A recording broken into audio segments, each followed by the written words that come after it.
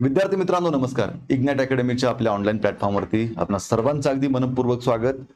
इयत्ता 12वी पास विद्यार्थ्यांसाठी खूप चांगली संधी आहे, कारण रेल्वे भरती अर्थात आरआरबी एनटीपीसीची जाहिरात प्रसिद्ध झालेली आहे. 3445 जागा आहेत आणि विद्यार्थी मित्रांनो आजच्या व्हिडिओमध्ये आपण माहिती जाणून घेणार आहोत या परीक्षेसाठी नेमका फॉर्म कसा भरावा. कारण फॉर्म भरताना आपल्याकडून छोट्या छोट्या चुका होतात, नंतर मग सिलेक्शन झाल्यानंतर सुद्धा बऱ्याचदा आपल्याला अपात्र केलं जातं. त्यामुळे फॉर्म भरण्या अगोदर हा व्हिडिओ बघा. मी तुम्हाला अगदी पुढच्या 5 ते 7 मिनिटांमध्ये एक फॉर्म कसा भरावा या संदर्भात प्रॉपर गायडन्स करणार आहे, तेव्हा व्हिडिओ पूर्ण बघा. विद्यार्थी मित्रांनो, सगळ्यात आधी आपल्याला जायचं आहे आरआरबीच्या वेबसाईटवरती. आरआरबीच्या वेबसाईटवरती गेल्यानंतर आपल्याला हे पेज ओपन होतं, ठीक आहे. त्यानंतर आपल्याला अप्लाय या बटनावरती किंवा या हे जे तुम्हाला दिसते समोर अप्लाय याच्यावरती क्लिक करायचं आहे. याच्यावरती क्लिक केल्यानंतर हे खाली असे ऑप्शन येतात. इथे आपल्याला क्रिएट अन अकाउंट याच्यावरती क्लिक करायचं आहे. त्याच्यावरती क्लिक केल्यानंतर मग ही सूचना आपल्याला येते. ही सूचना आल्यानंतर इथे आपल्याला ओके म्हणायचंय, ठीक आहे. ओके म्हटल्यानंतर पुढे मग विद्यार्थी मित्रांनो हे पेज पुढे ओपन होतं. हे पेज ओपन झाल्यानंतर इथे कंट्री ऑफ नॅशनॅलिटी इंडिया टाकायचं आहे. त्यानंतर मग पुढे तुमचं इथं पर्सनल इन्फॉर्मेशन. आता सुरुवातीला काय होईल, रजिस्ट्रेशन होईल आणि रजिस्ट्रेशन झाल्यानंतर मग पुढे आपल्याला फॉर्म भरायचा आहे. मग लक्षात घ्या, रजिस्ट्रेशन खूप काळजीपूर्वक करायचंय. मग आपल्याला या ठिकाणी फुल नेम, आता या ठिकाणी आपलं नाव पूर्ण टाकायचंय. त्यानंतर परत एकदा ते म्हणतात की रिटाईप करा, तेच नाव पुन्हा टाकायचंय.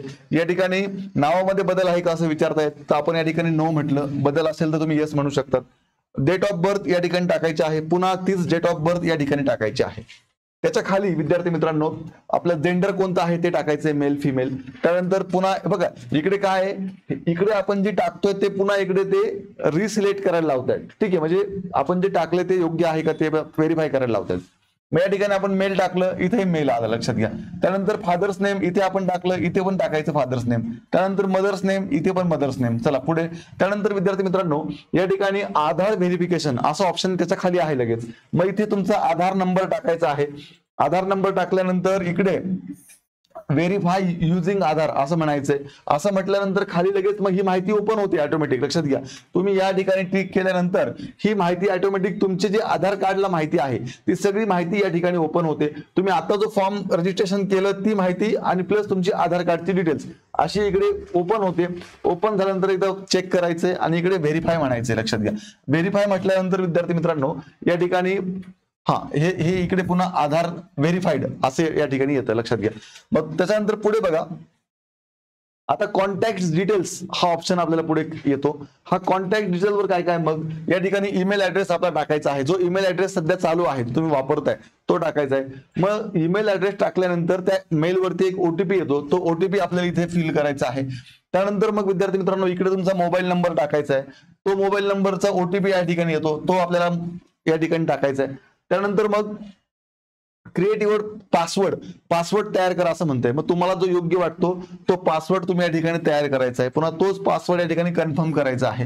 त्यानंतर हा कॅप्चा आहे, हा कॅप्चा या ठिकाणी भरायचा आहे. हा कॅप्चा भरल्यानंतर preview and create an account म्हणायचंय, ठीक आहे. त्यानंतर मग पुढे जातो आपण. पुढे गेल्यानंतर विद्यार्थी मित्रांनो हे पेज जी माहिती तुम्ही भरली ती तुम्हाला इकडे शो होते की बघा अशा पद्धतीने तुम्ही माहिती भरलेली आहे, बरोबर आहे. तीच माहिती जी आपण आधी भरली सगळी. मग या ठिकाणी क्रिएट अन अकाउंट वरती क्लिक करायचंय. बघा याच्यामध्ये काही चेंज करायचं असला पुन्हा ते एडिट करून आपण चेंज करू शकतो, पण ही सगळी माहिती आपण काळजीपूर्वक भरली आहे. मग आता इथे क्रिएट अन अकाउंट म्हणायचं.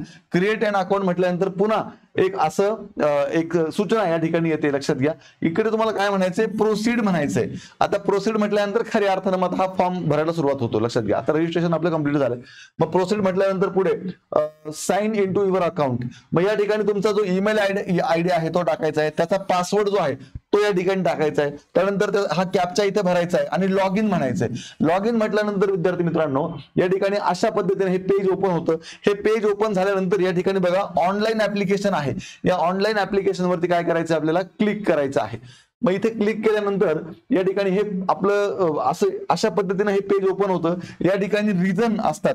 मग या ठिकाणी आपण मुंबई रिजन सिलेक्ट केलेलं आहे. हे मुंबई रिजन सिलेक्ट केल्यानंतर आता बघा हे लक्षात घ्या, इकडे हे अंडर ग्रॅज्युएट साठी आहे आणि हे ग्रॅज्युएट साठी आहे.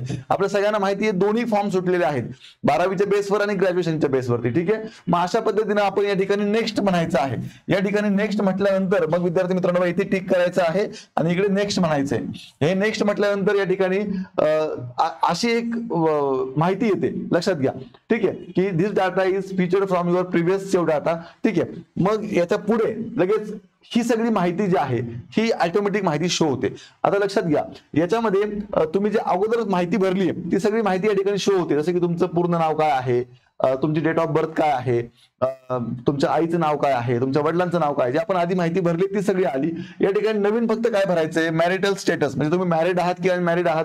चला इथे मॅरिड अनमॅरिड जे काय असेल ते तुम्ही करू शकता. तुमचं रिलीजन कोणतं आहे ते टाकायचं. या ठिकाणी मदर टंग कोणती आहे ही मदर टंग या ठिकाणी सिलेक्ट करायची आणि मदर टंग या ठिकाणी आपल्याला टाकायची, लक्षात घ्या. त्यानंतर तुम्हाला परीक्षा कशी द्यायची आहे बघा, काय म्हटलं इथं, choice of the language for examination.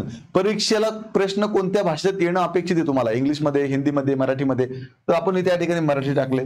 ठीक आहे, त्यानंतर permanent visible mark of identification. तुमच्या शरीरावरती काही अशी निशाण किंवा खून आहे का की ज्यामुळे तुमची ओळख बनते, तर इथे जे काय असेल ते टाकायचंय, लक्षात घ्या. त्यानंतर परमनंट व्हिजिबल मार्क, आता आपण या ठिकाणी तीळ टाकलेला आहे, लक्षात घ्या. ठीक आहे, आता पुढे पोस्टल ऍड्रेस. आता या ठिकाणी लक्षात घ्या, या ठिकाणी पुढे काय आता हे बघा शेवटचं राहिले हे कम्युनिटी. आता आपण काय टाकलं इथं, ओपन कॅटेगरी अनरिझर्व टाकलेलं आहे, लक्षात घ्या, कम्युनिटीमध्ये. ठीक आहे, मग पुढे काय ओपन होतंय, तर पुढे मग तुमचा पोस्टल ऍड्रेस. आता हा पोस्टल ऍड्रेस जो आहे तो लक्षात घ्या, या ठिकाणी स्टेट कोणतं आहे, महाराष्ट्र आहे. जिल्हा कोणता आहे तो या ठिकाणी टाकायचा आहे. त्यानंतर ऍड्रेस तुमचा बाकी जो काही ऍड्रेस असेल तो टाकायचा आहे. ठीक आहे, त्यानंतर विलेज कोणतं आहे आणि विलेज किंवा सिटी किंवा टाउन कोणतं आहे आणि या ठिकाणी पिनकोड तुमचा टाकायचा आहे. ठीक आहे, आता ही सगळी माहिती ऍज इट इज इकडे, हा प्रेझेंट ऍड्रेस आणि हा परमनंट ऍड्रेस हा एकच असल्यामुळे ही माहिती इकडे भरली. जर वेगळा वेगळा असेल तर तुम्ही वेगवेगळा टाकू शकता. ठीक आहे, त्यानंतर मग पुढे तुम्ही याला काय म्हणायचंय, सेव्ह म्हणायचंय. सेव्ह म्हटल्यानंतर विद्यार्थी मित्रांनो या ठिकाणी पुढचं जे पेज आहे ते बघा, कॅटेगरी डिटेल्स हे ओपन होतंय पुढे. मग तुम्ही एक सर्व्हिसमॅन आहात का, तर आपण इथे नाही म्हटलं. ठीक आहे, त्यानंतर पर्सन विथ बेंचमार्क, म्हणजे तुम्ही अपंग व्यक्ती आहात का, तर आपण या ठिकाणी नाही म्हटले. आता येस म्हटलं तर मग त्याची माहिती पुन्हा विचारतात की कोणत्या कॅटेगरीचे अपंग आहात तुम्ही वगैरे वगैरे. आता आपण नो म्हटलं पुढे. मग आता स्क्राईबची पण गरज आहे का आपल्याला, नाहीच आहे, विषयच नाही. पुढे चला, economically backward class, EWS details. आता are you an EBC certificate holder आहे का तुम्ही, आता या ठिकाणी आपण नाही म्हटलंय, त्यामुळे पुढचा काही प्रश्नच येत नाही. Details of serving railway applicant. आता तुम्ही रेल्वेमध्ये कर्मचारी आहात का असा प्रश्न विचारलाय, आपण नो म्हटलं. करंट एम्प्लॉयमेंट डिटेल्स, सध्या तुम्ही कुठे काम करताय याच्या संदर्भात प्रश्न विचारलाय, आपण नॉट ऍप्लिकेबल टाकलं. ठीक आहे, पुढे आता bank details for refund of fee. आता ही जी काही फी आपण भरतोय ही फी रिफंड सुद्धा होते, आपल्याला माहिती आहे सीबीटी 1 दिल्यानंतर. मग आता ही रिफंड फी तुम्हाला कोणत्या अकाउंटला पाहिजे, मग या ठिकाणी आपण हे अकाउंट डिटेल्स म्हणजे अकाउंट होल्डरचं नाव, त्यानंतर तुमचा बँकेचा अकाउंट नंबर, तुमच्या बँकेचं नाव आणि IFSC कोड कन्फर्म केला आपण या ठिकाणी.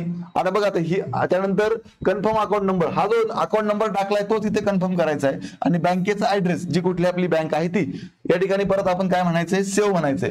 सेव्ह म्हटल्यानंतर मग पुढचं पेज ओपन होतं. Essential qualification. आता या ठिकाणी लक्षात घ्या तुमचं शिक्षण टाकायचं आहे. मग इसेन्शियल क्वालिफिकेशन मध्ये आपण बघा या ठिकाणी 10वी टाकलेलं आहे. ठीक आहे, त्यानंतर 10वीचा रिझल्ट कधी लागला, डेट ऑफ रिझल्ट डिक्लेरेशन ती माहिती या ठिकाणी आहे. कोणत्या स्टेटची 10वी आहे, महाराष्ट्र आहे, त्याचा रोल नंबर काय होता तो आपण या ठिकाणी टाकला.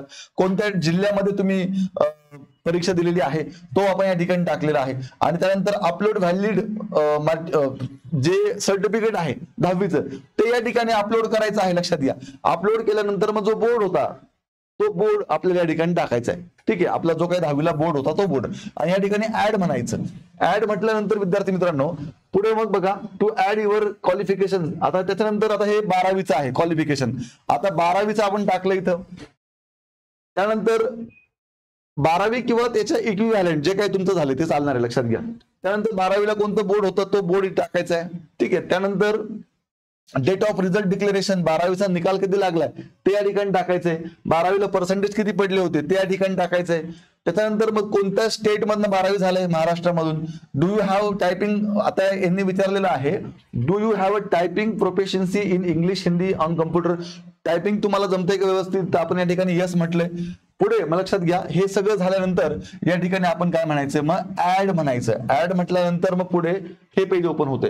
हे पेज ओपन बघा, या ठिकाणी 10वीचं दिसतंय, या ठिकाणी 12वीचं दिसतं. हे आपण दोन्ही भरलेलं आहे. आता 12वीच्या लेवलचा फॉर्म आपण भरतोय, त्यामुळे आपण फक्त या दोनच माहिती भरल्या, ग्रॅज्युएशनची माहिती आपण टाकलेली नाही, हे लक्षात घ्या. आता हे सगळं पुढे एवढं सगळं ओपन झालं, जे भरलं ते दिसतंय. या ठिकाणी पुन्हा आपण काय म्हणायचंय? मग नेक्स्ट म्हणायचंय. लक्षात घ्या, नेक्स्ट म्हटल्यानंतर विद्यार्थी मित्रांनो या ठिकाणी upload your scan photo and signature. आता इथे तुमचा फोटो तुम्हाला काय करायचा? अपलोड करायचा आहे. पासपोर्ट साईज फोटो, त्याला व्हाईट बॅकग्राऊंड आहे असा फोटो या ठिकाणी अपलोड करायचा आहे. अपलोड केल्यानंतर पुढे या ठिकाणी तुम्हाला तुमची सिग्नेचर जी आहे ही सिग्नेचर या ठिकाणी अपलोड करायची आहे. ठीक आहे, फोटो अपलोड झाला, त्याच्या खाली सिग्नेचर आपली अपलोड झाली, फोटो काढून स्कॅन करून अपलोड करायची आहे. त्यानंतर या ठिकाणी काय बघा, आता फोटोची आणि सिग्नेचरची साईन कोणती लागणार आहे, साईज कोणती लागणार आहे, ती सगळी साईज या ठिकाणी मेन्शन आहे, त्या साईज मध्ये ते अपलोड झालं पाहिजे. ठीक आहे, इथे आपल्याला काय म्हणायचंय? पुन्हा सेव्ह म्हणायचंय. सेव्ह म्हटल्यानंतर आपण पुन्हा पुढे जातो. लक्षात घ्या, पुढे गेल्यानंतर बघा इथे काय येतं? Select RRB. आता तुम्हाला ज्या परीक्षा द्यायच्या आहेत, ज्या पदांसाठी तुम्ही इच्छुक आहात, त्याचा प्रेफरन्स तुम्हाला या ठिकाणी विचारलेला आहे. ठीक आहे, मग जो काही प्रेफरन्स आहे बघा, आता आपण या ठिकाणी अशा पद्धतीने इथे प्रेफरन्स सिलेक्ट केलेला आहे. ठीक आहे, असं तुम्हालाही देखील प्रेफरन्स सिलेक्ट करायचा आहे. तुम्हाला कोणती पोस्ट घ्यायला आवडेल त्या पद्धतीने प्रेफरन्स सिलेक्ट केल्यानंतर मग पुढे त्याच्या खाली जे आहेत ते बघा, या ठिकाणी काय आहे? की डिक्लेरेशन आहे.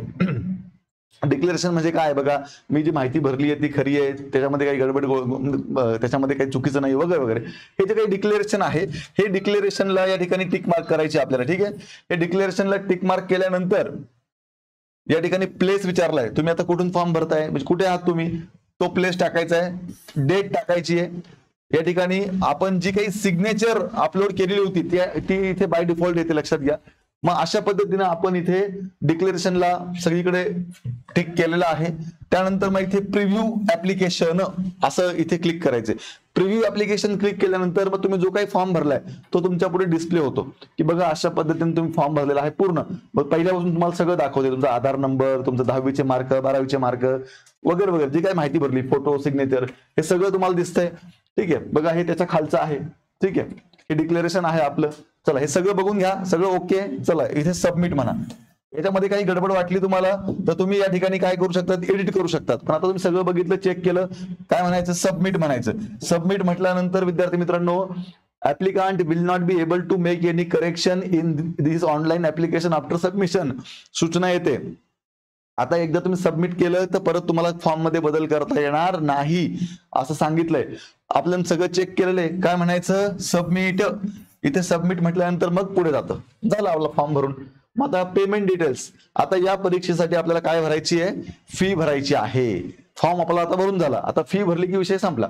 मग या ठिकाणी तुम्ही टाकायचंय, आता डिस्क्रिप्शन मध्ये आहे, तर तुम्ही कशा पद्धतीने फी भरणार आहे. ठीक आहे, मग या ठिकाणी 100% ऑनलाईन फी भरायची आहे. ही ऑनलाईनची प्रक्रिया आपण इथं जर केली, पे विथ फोन पे वरनं पण आपण पेमेंट करू शकतो, किंवा वेगवेगळ्या बँकिंगच्या माध्यमातून पेमेंट आपण करू शकतो. ठीक आहे, तर अशा पद्धतीने विद्यार्थी मित्रांनो फॉर्म कसा भरावा याची माहिती आजच्या व्हिडिओमधून आपण घेतली. विद्यार्थी मित्रांनो, अशा पद्धतीने व्यवस्थित काळजीपूर्वक फॉर्म भरा. फॉर्म भरताना अजूनही काही अडचण वाटली तर इग्नाइट अकॅडमीला संपर्क करा. कमी दिवसामध्ये या परीक्षेचा खूप परिपूर्ण अभ्यास, चांगला अभ्यास कसा होईल या दृष्टीने आपण एक ऑनलाईन बॅच सुद्धा सुरू केलेली आहे RRB NTPC साठी.